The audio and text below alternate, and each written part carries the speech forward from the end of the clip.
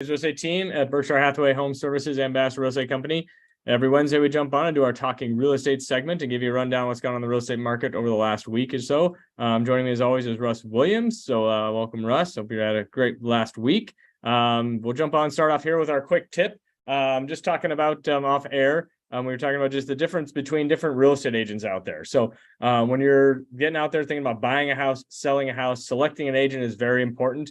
Yes, we all want to support our family, friends, and things of that sort, but ultimately it's one of your largest investments that you have out there that you're making. So it's a big decision. So my recommendation is just interview those agents that are out there, even your friends, family, those close to you. How many houses are they selling?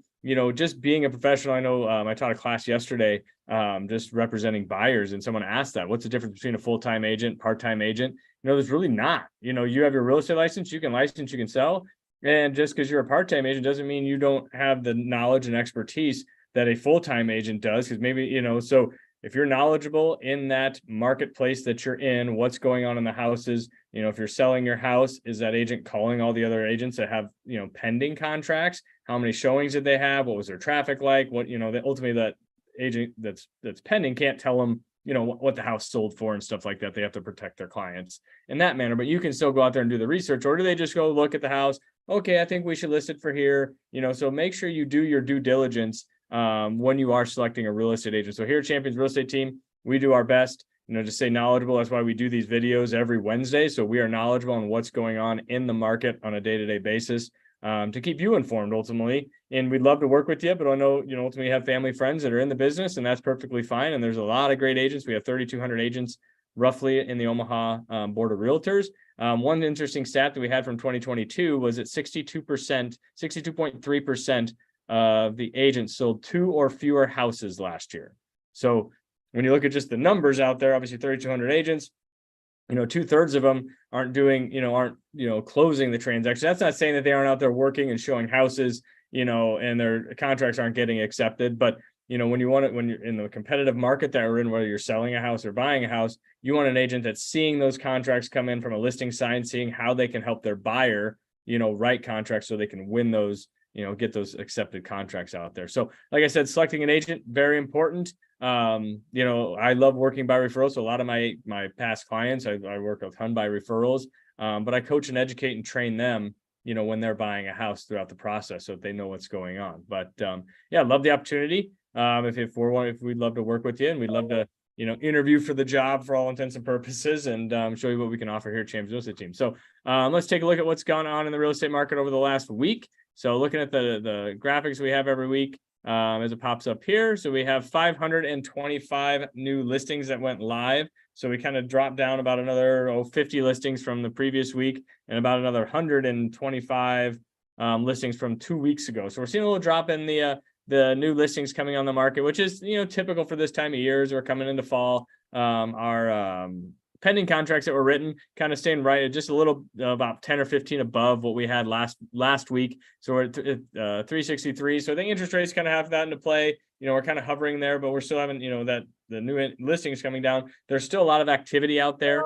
There's still good homes to have, good homes to see out there. Congratulations to the just about 300 sold homes over this last week. So that dropped a lot. So I was looking at the numbers, we were at 487 last week, and then I went back. Typically those sold homes is what the market was doing 30 to 45 days ago, which basically puts us right at kind of Labor Day. So we didn't see probably a lot of contracts written at that time, and then you just see that number come through there. So well, let's take a look at the 30,000 foot view. Numbers that I see that don't typically change a whole lot here, but so in the Omaha and Lincoln MLS, we have just under 2,900 homes on the market. So that number significantly rose from the beginning of the year, where we were, down to, 1,900, 1,800 homes on the market at that time.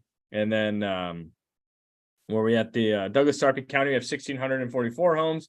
The existing homes is at just under 800 homes in Douglas Sarpy County. New construction numbers are at 849. In months of inventory, we're at 3 months of inventory. So we're kind of getting out into that, getting a lot more, inventory out there, which is typical, like I said, this time of year. So it's still a great time to buy. Sellers, great time to get your house on the market, because those buyers that have kind of been waiting over the summer months that are jumping in, they're serious if they're looking for houses in October, November, December timeframe, and you're getting good contracts out there. So average sold price still the same from last week, 335. So let's jump in here with Russ and see what's kind of going on in the mortgage industry. So how are we doing today, Russ?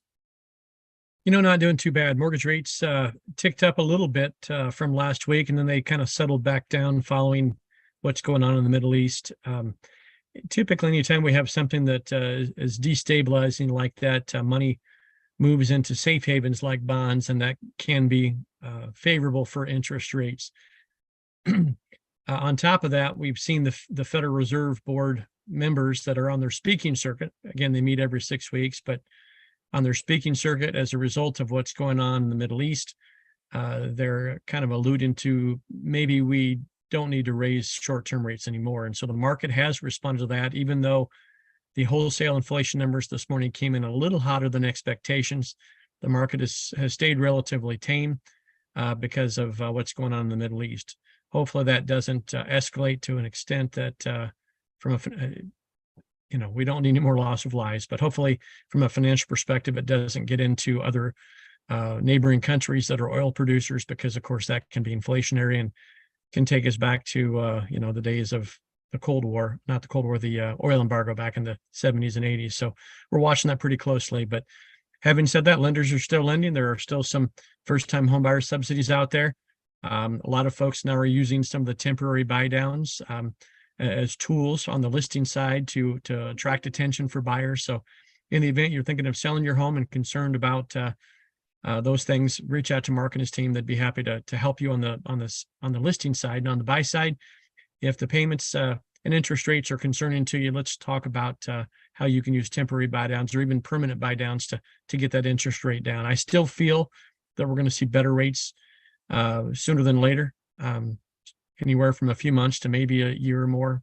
Obviously, some of the geopolitical instability is going to affect things some, but when those rates do improve, assuming that we don't have something more significantly negative happen, that will probably pull more people off the fence into the buyer's market and put upward pressure on prices. So I encourage you to give Mark and his team a call now.